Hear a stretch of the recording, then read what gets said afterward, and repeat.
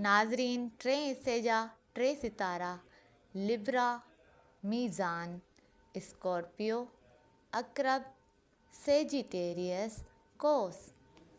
नाज़रीन, सिंधी हुजण जे नाते लाइक करियो ऐं सब्सक्राइब जे बटन खे ज़रूरु दॿायो त जीअं हर ईंदड़ वीडियो तव्हां ताईं आसानी सां मौसूल थी सघे। लिब्रा, मीज़ान हफ़्ते जी पहिरीं 2 ॾींहंनि में तमामु घणी शोहरत ऐं हर दिलि अज़ीज़ी आहे ऐं हफ़्ते जे आख़िर में वरी का टेंशन बि अची रही आहे।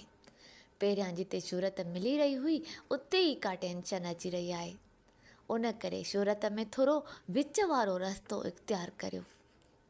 सिहत जो ख़्यालु रखो ऐं औलाद ते तवजो ॾियो। औलाद ते तवजो ॾियण जी ज़रूरत आहे। तव्हांजे 5 खाने ऐं 11 खाने में मरीख़ ऐं ज़ोहरा आहिनि। थोरो एहतियात खां कमु वठो। माली खाने में ख़्वाहिशूं पूरियूं थी रहियूं आहिनि। रोमांस ऐं तख़लीक़ी सलाहियतूं ख़्वाहिशुनि मुताबिक़ पूरियूं थी रहियूं आहिनि, पर उन ई खाने में चंड तव्हांजे औलाद जे खाने में मुखालफ़त जो मुक़ाबिलो करे रहियो आहे। औलाद तरफ़ तवजो ॾियो ऐं एहतियात खां कमु वठो। स्कॉर्पियो, अक़रब तव्हांजे 5 खाने में मुश्तरी तव्हांजे 9 खाने अतारिद सां सुठी नज़र विझी रहियो आहे। ॿाहिरि जे मुल्क सफ़र जो मौक़ो मिलंदो। जेकॾहिं वञणु चाहियो था त हीउ बेस्ट टाइम आहे ऐं 5 खाने में औलाद जे मामलनि ते बि ॾाढा सुठा असर विझंदे ॾिसी रहिया आहिनि। महसूसु कंदा त हालतूं तव्हांजे मुताबिक़ हली रहियूं आहिनि। 15 जुलाई ते 10 खाने में मरीख़ ऐं ज़ोहरा जो किरण पेशवराना ज़िंदगी, जॉब, बिज़नेस तरफ़ काफ़ी मामला ठीकु थींदे ॾिसजंदा। सुठो मौक़ो अची रहियो आहे। हींअर महसूसु कंदा त हालात सही थी रहिया आहिनि। 2-3 हफ़्तनि खां बॉसिस सां मामला ठीकु न हुआ। हिन वक़्तु मौक़े मां फ़ाइदो वठो।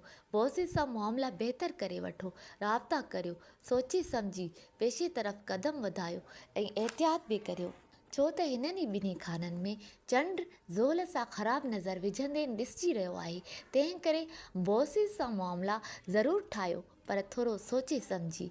विच में गड़बड़ बि थी रही आहे त पोइ पेशे ऐं जॉब में कंडा न विछायो ऐं वेझो घरेलू या फैमिली में माण्हुनि सां उलझंदे नज़र अची रहिया आहियो ऐं हफ़्ते जे आख़िर में वेझो जेके रिश्तेदार सां टेंशन जो शिकार थींदा या उहो तालुक़ु टुटी वेंदो। सेजिटेरियस, कोस जाइदाद, प्रॉपर्टी ऐं पार्टनरशिप में मामला तव्हांजे हक़ में अची रहिया आहिनि। घरेलू तौर बि हींअर तव्हांजा मामला ठीकु आहिनि। तव्हां ठीकु महसूसु करे रहिया आहियो, जेके हूअं ठीकु न आहिनि हूंदा, जिन जे करे तव्हां हर वक़्तु टेंशन में रहंदा आहियो।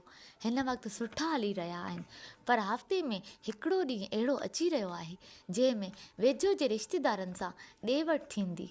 दुश्मननि तरफ़ां को प्लान जुड़ी रहियो आहे ऐं तव्हां परेशान थी वेंदा। हफ़्ते जे आख़िर में प्लोटो ऐं सिज जे मुक़ाबले हुजण करे ख़र्चनि में पिणु इज़ाफ़ो थींदो ऐं जंहिंसां टेंशन वधंदी। जॉब ऐं बॉस सां तालुकात बहितर थींदी ॾिसिजी रहिया आहिनि ऐं सिहत जो हर वक़्तु ख़्यालु रखो।